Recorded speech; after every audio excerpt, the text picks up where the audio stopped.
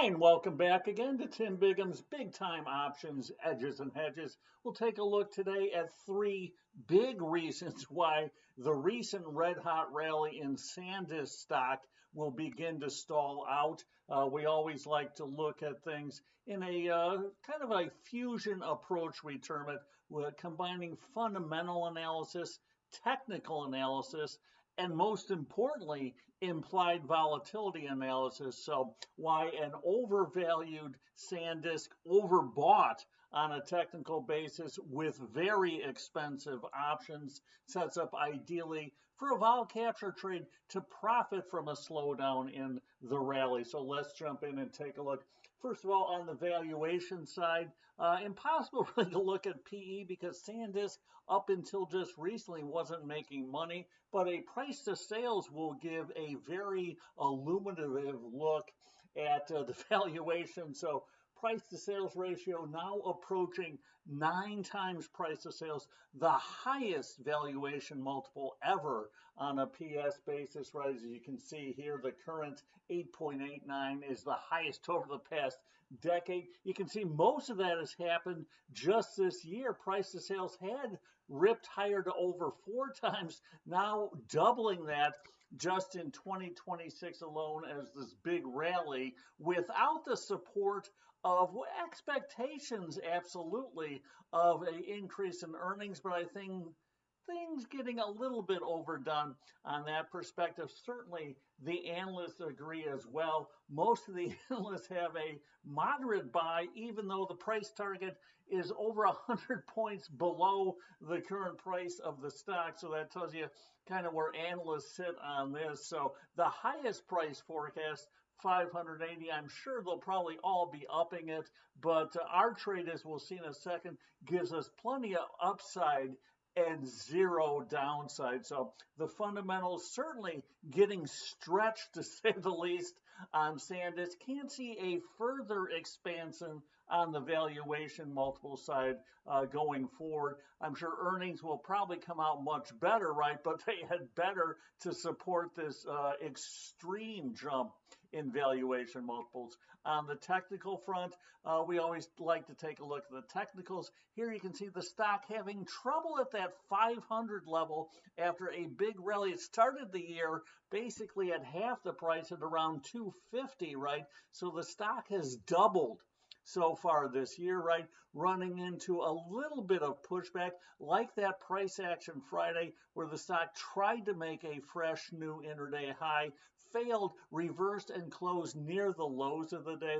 You can see 9-day RSI getting to extremes, got over 90, now back below 80, right? So previous times it had gotten this overdone. Signaled short-term tops in Sandisk, MACD at by far the highest reading over the past year, but starting to weaken as well. We always like to wait for the curl, right?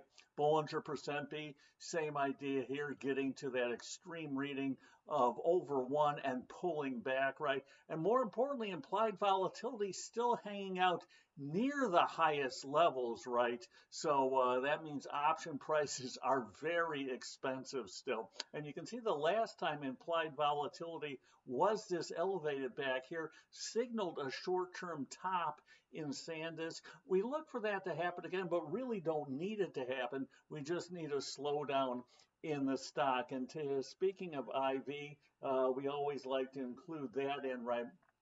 As IV here, you can see on a 120-day basis, because we're going well out in time, still hanging out, maybe not at the highest levels, but near the highest levels over the past year, certainly, right? You can see finally starting to soften just a little bit. So similar to the technicals, right, where we like to wait for it to kind of soften a little before jumping in, right? And here you can see that stock was trading at a huge premium to the 20-day moving average, now starting to maybe pull back towards that 20-day moving average. IV, same sort of scenario there, starting to just drop a little bit, as you can see. So here is the generalized IV, still well over 100, right? Not too long ago, it was trading under 90, so a big jump in IV, but starting to weaken just a little. And our trade wisher will be out all the way to January of 2028. We won't hold that long indeed, right? But starting to weaken just a little. Taking a look at kind of where IV was at for the 2028 January expiration not too long ago, October 22nd. I just happened to pull this off. You can see IV roughly at about the 80 level, give or take, just under 80 on the put side, just over 80 on the call side. So IV back then certainly trading at a much lower level here. Here you can see the chart, a 2-year chart as IV popped. This was in front of earnings, right? And then the inevitable vol crush, right? We're still seeing IV hanging out at these high levels, certainly compared over the past couple of years. At an extreme, to say the least. And really just looking for IV to soften towards maybe that 85 level, generally pull back a little, and this trade will work out very nicely. So speaking of the trade, right, it's a simple going out to January of 2028. We like to go further out in time when IV is at such an extreme, because longer term options, even though IV comparatively the reading is lower, the price effect is much greater. So going out and selling a strangle, right, selling the 250 put and the 750 call, bringing in over 250 bucks, 253.35 is where it was priced at, right? And selling basically a 90 IV, right? So selling a very extreme IV on the long end here, and the fact that we have the downside break even at negative. In other words, there is no downside on the trade, right? The stock drops, right? We're short the 250 put as part of the trade, but we're bringing in over $250, right? So even if Sandisk goes belly up, we still make some money. To the upside, we're bringing in over 250 bucks, right? And selling the 750 call. So our upside is over 1,000 or over 500 points upside, well over 100%. So we have plenty of wiggle room on this trade, and really just waiting for the IV to start to revert back. And once it does, we can take the trade off. So I simply pulled off a kind of lowering of the IV from the current level, as we said, currently trading around that 90 level on the stock as far as the trade, right?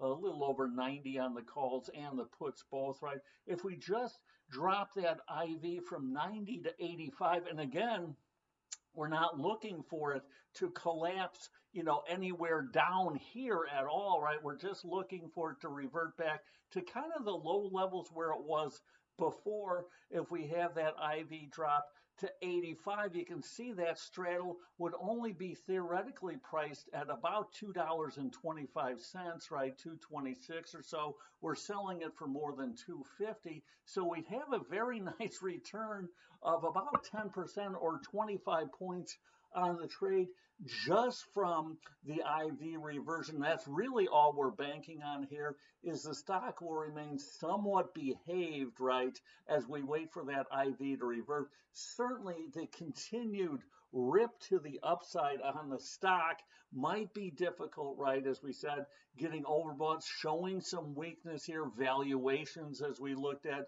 extremes as well. So the stock up 100% already this year. So further upside, in my opinion, more difficult to come by. The downside, we really don't care too much about, right? Because we have no downside on the trade. So if the stock just kind of levels off here and we get a reversion from 90 to 85 on the IV out in 2028, we'll be able to take the trade off for a very nice gain. It's a way to go about capturing IV in a reasoned fashion, right, with plenty of cushion in case the stock moves up or down here. And as we know, the stocks can move up or down in a big way, because at the end of the day, right, trading is all about probability, not certainty. So make sure you position size appropriately. Nothing to say Sandisk can't rip past 1,000, right? Who the heck knows in this market? But we're willing, given the fact that valuations are at an extreme, technicals overbought, IV at an extreme, provides an edge to give us a big enough cushion to put the trade on, position size properly, wait for that reversion, and take the trade off. So until next time, as always, here's the good trading. Take care.